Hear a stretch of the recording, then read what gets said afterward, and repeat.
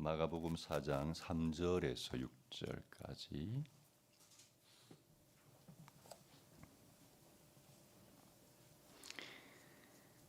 함께 읽겠습니다. 잘 들어라. 씨를 뿌리는 사람이 씨를 뿌리러 나갔다. 그가 씨를 뿌리는데 들어는 길가에 떨어지니 새들이 와서 그것을 쪼아 먹었다.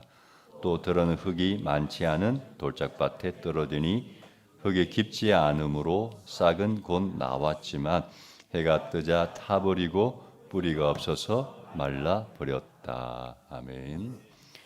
내 마음은 어떤 마음일까요? 두 번째 시간입니다. 오늘 씨 뿌린 비유를 통해서 제가 4번의 설교를 하겠다고 미리 말씀을 드렸죠. 오늘 두 번째 시간입니다. 자, 이 씨 뿌리는 비유가 어떤 상황에서 나왔는지 그 배경을 잠시 생각해 보겠습니다. 1절을 볼까요? 같이 읽습니다. 예수께서 다시 바닷가에서 가르치기 시작하셨다. 매우 큰 무리가 모여드니 예수께서는 배에 오르셔서 바다 쪽에 앉으셨다. 무리는 모두 바닷가 무태에 있었다. 예수님이 바닷가에서 가르치시는데 매우 큰 무리가 모였다고 했습니다. 매우 큰 무리이죠. 예수님 주변에 사람들이 많이 모이면 성경에 보니까 큰 무리가 모였다라는 표현이 여러 번 나오는데 이 말씀은 특이하게 매우 큰 무리가 모였다고 했습니다. 다시 말하면 보통 모인 것보다 훨씬 더 많은 숫자가, 굉장히 많은 숫자가 그날따라 모였던 것 같습니다. 여러분 물어봅시다. 여러분이 어떤 모임을 주최합니다. 근데 사람들이 굉장히 많이 오면 기분이 어떨까요? 좋겠죠. 예. 어떤 가수가 콘서트를 개최하는데 엄청나게 많은 사람들이 몰려들었다고 합시다. 기분이 좋을 겁니다. 일단 내가 어떤 모임을 주최할 때 뭐 예배도 마찬가지죠. 이 자리가 막 비좁아 가지고 자리가 없을 정도로 저 뒤에 막 서 가지고 예배를 드리고 막 우리 어릴 때는 그 부흥회를 많이 했거든요. 그러면 막 강대상까지 앉았어요.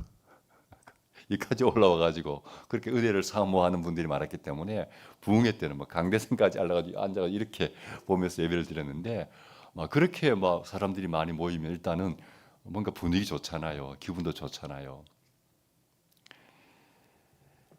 근데 주님은 달랐다는 거예요.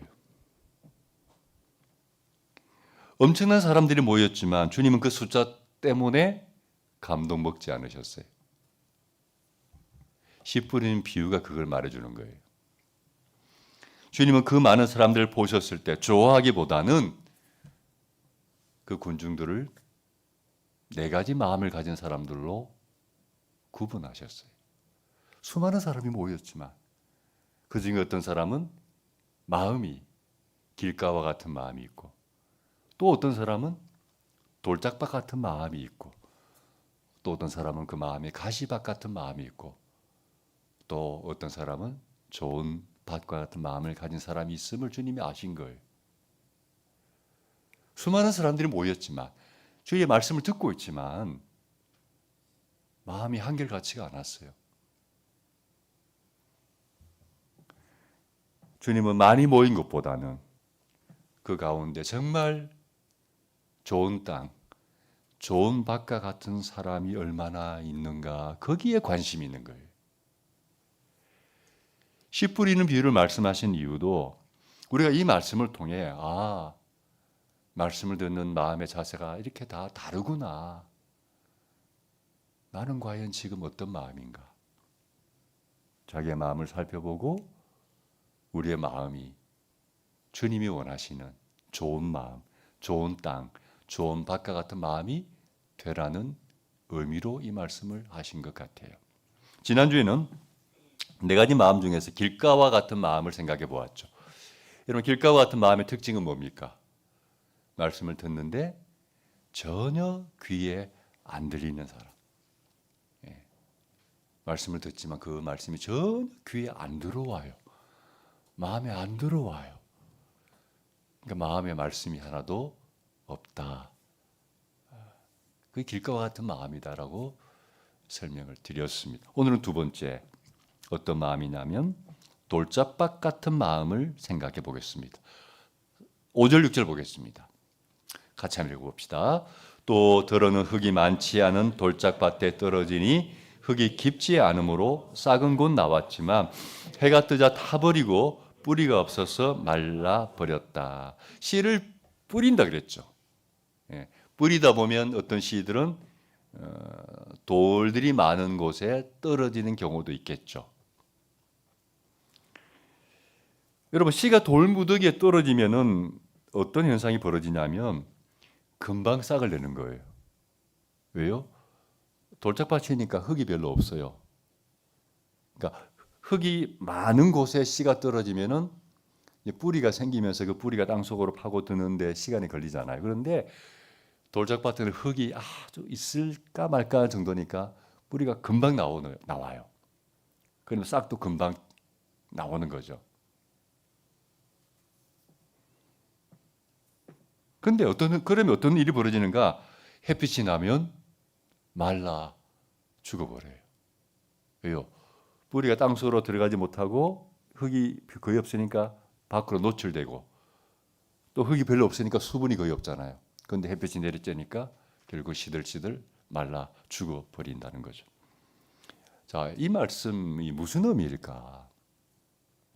주님이 이후에 보면 설명을 하죠. 16절, 17절에 보면 설명이 나옵니다. 봅시다. 16절, 17절. 제가 읽겠습니다. 돌짝밭에 뿌려지는 것들이란 이런 사람들이다. 그들은 말씀을 들으면 곧 기쁘게 받아들이기는 하지만 그들 속에 뿌리가 없어서 오래가지 못하고 그 말씀 때문에 환난이나 박해가 일어나면 곧 걸려 넘어진다.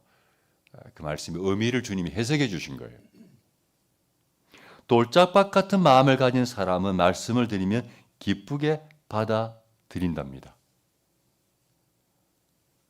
설교를 들으면 잘 받아들여. 참 좋은 말씀이구나. 나에게 하시는 말씀이구나. 은혜를 잘 받는다는 거죠. 때로는 말씀을 드릴 때 막 찔리기도 하고 그래요.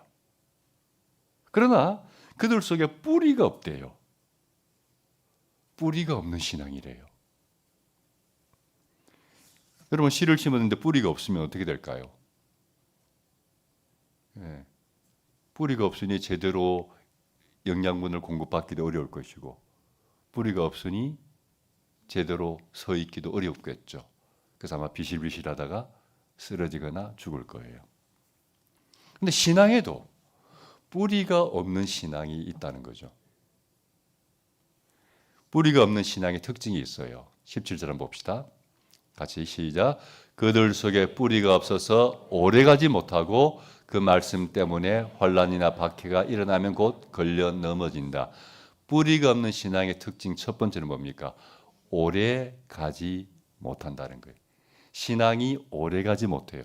지속성이 없어요. 그게 뿌리 없는 신앙의 첫 번째 특징이죠. 앞에서 말했지만 말씀을 드리면 쉽게 은혜를 받아요. 그래, 귀한 말씀이네. 그래, 이 말씀대로 살아야지.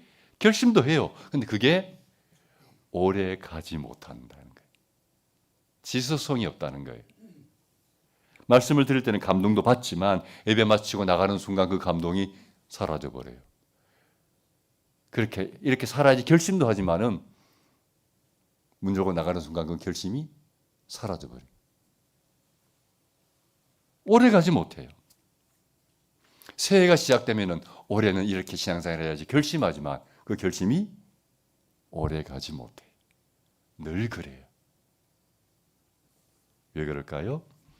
신앙의 뿌리가 약하다는 거죠. 뿌리가 없다는 말은 신앙이 견고하지 못하다는 뜻도 되겠죠. 견고하지 못해. 약해. 그래서 조금만 어려움이 오면 무너져 버리는 거예요. 못하는 거예요. 힘들어서 못하고 피곤해서 못하고 귀찮아서 못하고 조금만 어려움이 와도 무너져 버리는 거죠. 왜요? 신앙의 뿌리가 약하기 때문이다. 또 이런 분들의 신앙을 조금 더 깊이 들여다보면 어떤 문제가 도사리고 있어요. 어떤 문제냐? 말씀을 잘 듣고 은혜도 받지만 그 내면에, 그 사람의 내면에 어떤 벽이 있어서 말씀을 가로막는 거예요. 그 벽이라는 게 뭘까요? 말씀도 잘 듣는 것 같고 은혜도 또 받는 것 같은데 정작 그 말씀이 내 삶과 인격에 침투하려고 하면 벽을 탁 쳐요. 어떤 순간에. 왜요? 왜 그럴까요? 말씀이 내 삶과 인격에 간섭을 하고 내 인격을 바꾸려고 하면 부담스러운 거예요. 무슨 말인지 이해하시겠어요? 말씀을 듣는 것은 좋아요. 좋은데 그 말씀이 내 삶과 인격에 영향을 미쳐서 내 삶과 인격을 바꾸려고 하면은 그건 싫은 거예요. 부담스러운 거예요. 왜요? 그냥 내가 하고 싶은 대로 살고 싶으니까. 여러분 신앙이 성장하려면요. 하나님이 무엇을 말씀하셔도 순종하겠다는 자세가 있을 때 신앙이 성장하는 거거든요. 하나님 말씀하시면 그래 맞아 내 생각 내려놓고 하나님 말씀대로 살아야지. 뭘 말씀하셔도 순종하겠다는 어떤 자세가 있어야 하나님 원하시는 사람으로 변화가 되고 신앙이 성장하거든요. 근데 자기만의 벽을 치고 있으니까 어떤 그 한계를 못 벗어나는 거죠. 신앙이 성장하지 않는 거죠. 변화도 안 되는 거죠. 여러분 생각보다 이런 분들이 많은 것 같아요. 이런 분들은 귀만 발달한 신앙인들입니다. 예, 귀만 발달해 있어요. 듣는 것은 좋아해요. 좋은 말씀 좋아해요. 근데 삶의 변화는 노. 신앙의 뿌리가 약한 분들의 특징입니다. 자, 신앙의 뿌리가 없는 신앙의 특징 두 번째는요, 뭘까요? 네, 말씀으로 인한 환난이나 박해가 일어나면 곧 걸려 넘어지는 겁니다. 17절 다시 봅시다. 네, 아니요, 그 다음 넘기세요. 네, 같이 읽습니다. 그들 속에 뿌리가 없어서 오래가지 못하고 그 말씀 때문에 환난이나 박해가 일어나면 곧 걸려 넘어진다. 말씀을 드리며 은혜를 받고 또 말씀대로 살아야지 결심도 하지만 정작 그 말씀 때문에 환난이나 박해가 일어나면 어때요? 그 결심을 유지하지 못하고 걸려서 넘어져 버려요. 지금 우리 시대가 말씀 때문에 뭐 박해받고 환난받고 그런 시대는 아니잖아요. 물론 그런 박해의 현장 가운데 있는 나라도 있지만 우리나라에서는 적어도 내가 뭐 말씀대로 산다고 뭐 박해받고 환난받고 그런 시대는 아니죠. 그런 상황은 아니죠. 그러나 그리스도인들이 말씀대로 살려고 하면 사실은 만만치가 않아요.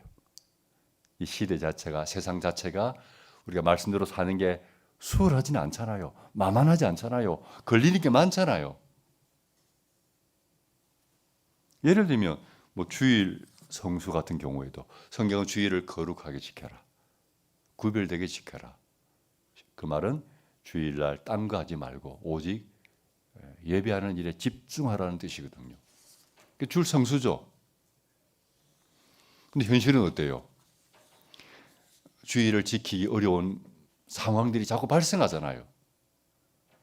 뭐 집안에 일도 생기고 직장에 또 출근하라 그러고 또 친구들과 놀러 가기도 싶고 놀러 가고 싶기도 하고 해외여행도 가고 싶고 그런 유혹도 있고 학생들 같은 경우는 주일인데 학원에서 자꾸 나오래. 그런 어떤 일종의 시련, 어떤 유혹들이 있잖아요. 근데 신앙의 뿌리가 견고하면요. 그런 걸 믿음으로 극복해 가요. 근데 믿음의 뿌리가 약하면 그걸 넘어서지 못하고 그냥 그 환경에, 상황에 굴복해 버리는 거죠. 그 차이예요. 믿음이 견고하면 그 상황을 극복해 가는데 하나하나, 물론 쉽지 않죠. 어쨌든 간에 고군분투하면서 그 상황을 하나하나 극복해 가는데 믿음이 약하면 그 상황에 내가 함몰돼 버리는 거죠. 주일 성수뿐만 아니라 말씀대로 살려고 하면 부딪히는 일들이 한두 가지가 사실은 아니에요. 모든 게 부딪히잖아요. 근데 그걸 믿음으로 극복해 가느냐, 안 그러면 그 상황에 내가 굴복해 버리냐, 그 문제거든요. 뿌리가 견고하면 넘어서는 거죠. 근데 뿌리가 약하면 내가 넘어지는 거죠. 예를 들면 제가 이제 고등학교를 졸업하고 대학에 입학했더니 아주 얼마나 좋습니까? 막 드디어 막 머리 빡빡 밀고 교복 입고 다니다가 막 대학 입학하니까 막 머리도 길 수가 있고, 그 당시 제 사진 보면 머리가 이렇게 길었어요. 예, 뭐 저는 이제 마지막까지 머리 밀고 교복 입었던 세대거든요. 그러니까 머리가 얼마나 길고 싶겠어요. 그냥 머리 막 이렇게 길고 막. 그 대학에 들어갔는데 얼마나 기분이 좋아요. 막 꿈도 많고 막 이것도 하고 저 이 서클도 가입하고 저 서클도 가입하고 막. 근데 이제 얼마 지나지 않으니까 고등학교 동창회에서 선배님들이 신입생 환영회 한다고 모이래요.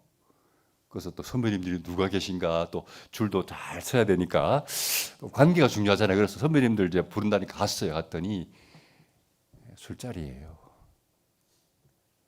부어라 마셔라 그냥 막 술자리야. 그게 대학 생활의 시작인 거죠, 사실은. 그죠? 모일 때마다 술자리잖아요. 근데 그럴 때 과감하게 딱 거절하거나 피해야 되는데, 그걸 못하면 그때부터는 이제 대학 생활이 어때요? 그리스도인의 정체성을 상실하고 그냥 술에 그냥 끌려다니는 대학 생활이 시작이 되는 거예요. 군에 가서도 마찬가지고 직장에서도 마찬가지고. 저는 안 먹었습니다. 예. 군에 가서도 회식이 있는데 소령, 엄청난 짝대기 한 개짜리가 소령이 저에게 반갑다고 술을 따라줬는데 거부했어요.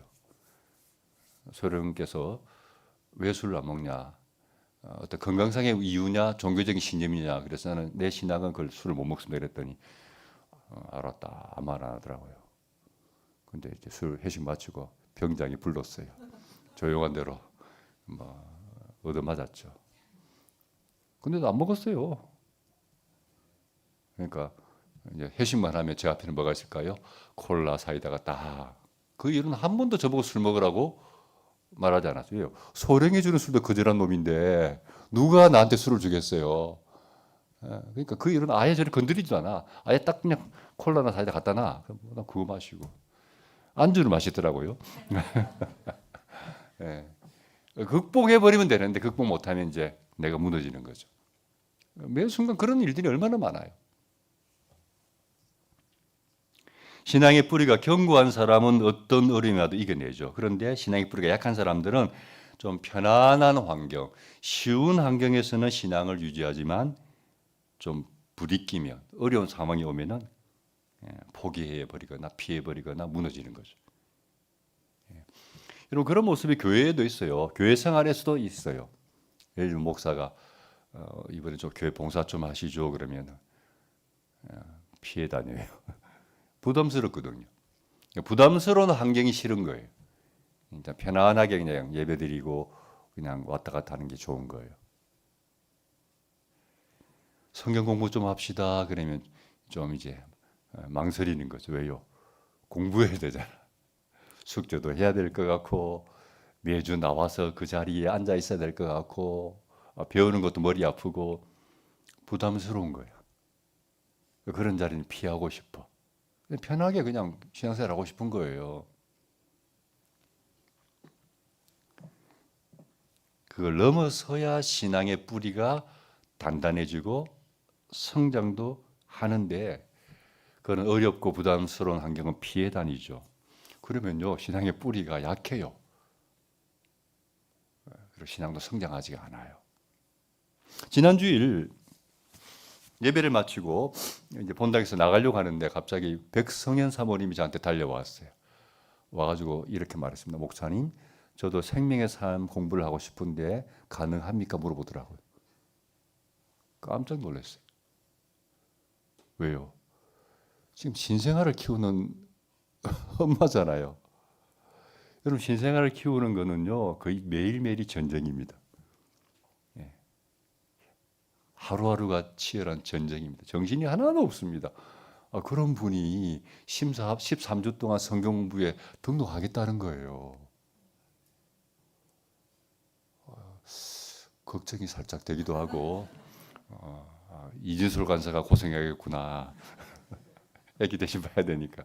어쨌든 간에 신생아를 키우는 엄마가 13주 동안 그 어려운 성경 공부를 하겠다고 마음을 먹은 것은 그만큼 그 어려움에도 불구하고 정신없음에도 불구하고 배우려는 열정과 열망이 있는 거잖아요.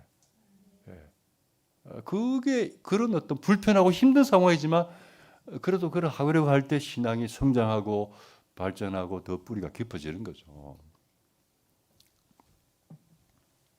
제가 생명의 삶을 하려고 하는 이유가 있다고 말씀드렸죠. 제가 목회를 은퇴할 날이 얼마 남지 않았습니다, 여러분. 그런 거 생각하면서 목사로서 여러분을 위해 조금이라도 뭔가 더 도움이 되는 시간들을 보내고 마무리를 해야 되겠다는 마음이 들지 않겠습니까? 근데 제가 여러분을 도울 수 있는 게 뭐가 있겠어요? 단지 뭐 주일날 이렇게 예배 설교하는 것 외에 뭔가 여러분을 말씀으로 좀 체계적으로 잘 다듬어주고 세워주고 내가 마무리를 해야 되지 않을까. 왜냐? 여러분 교회는요 건물이 아니라 뭐예요? 사람이에요. 교회는 건물이 아니에요. 사람이에요. 그러니까 다시 말하면 여러분의 신앙이 견고하면 우리 교회는 어때요? 견고한 교회입니다. 제가 은퇴하고 없어도 여러분의 신앙이 견고하면요 교회는 아무 문제가 없어요. 어떤 것에도 흔들리지 않아요. 왜? 교회는 건물이 아니라 사람이거든요. 그래서 생명의 삶을 하려고 하는 거예요. 특별히 교회를 이끌어가야 할 우리 목자님들, 집사님들의 신앙이 말씀 위에 견고히 서 있으면요 우리 교회는 아무 문제가 없어요. 제가 없어도. 제가 없어질까 봐 굉장히 걱정들 하시는 것 같은데 저를 그만큼 좋아해 주시고 신뢰해 주셔서 감사하긴 한데 그건 건강한 교회 모습이 아니에요. 건강한 교회는 성도들이 신앙의 견고함 가운데 딱 서 있고 목회자가 자리를 비워도 문제가 없는 교회가 건강한 교회라고요. 예. 옆 교회 보세요. 바로 옆에 있는 교회 보면 교회가 세워진 지가 우리보다 몇 년 조금 더 되는 것 같아요. 25년, 한 30년 가까이 되는 교회인데 목사님 지금 세 번째 목사님이에요. 교인이 그렇게 많지는 않아요. 근데 보면 분위기 좋아요. 분위기가 참 좋아. 정말 가족 같고. 지금 목회하신 목사님도 한 4, 5년 전에 부임하신 목사님이에요. 근데 교회가 얼마나 나름대로 재미있고 분위기 좋아요. 정말 가족 같아. 왠지 아세요? 목사님이 세 번째 목사님이시고 교인이 그렇게 많지도 않지만 장로님 두 분이 계세요. 그분들이 딱 중심을 잡고 있으니까 아무 문제가 없는 거예요. 교회는 건물이 아니라 사람이거든요.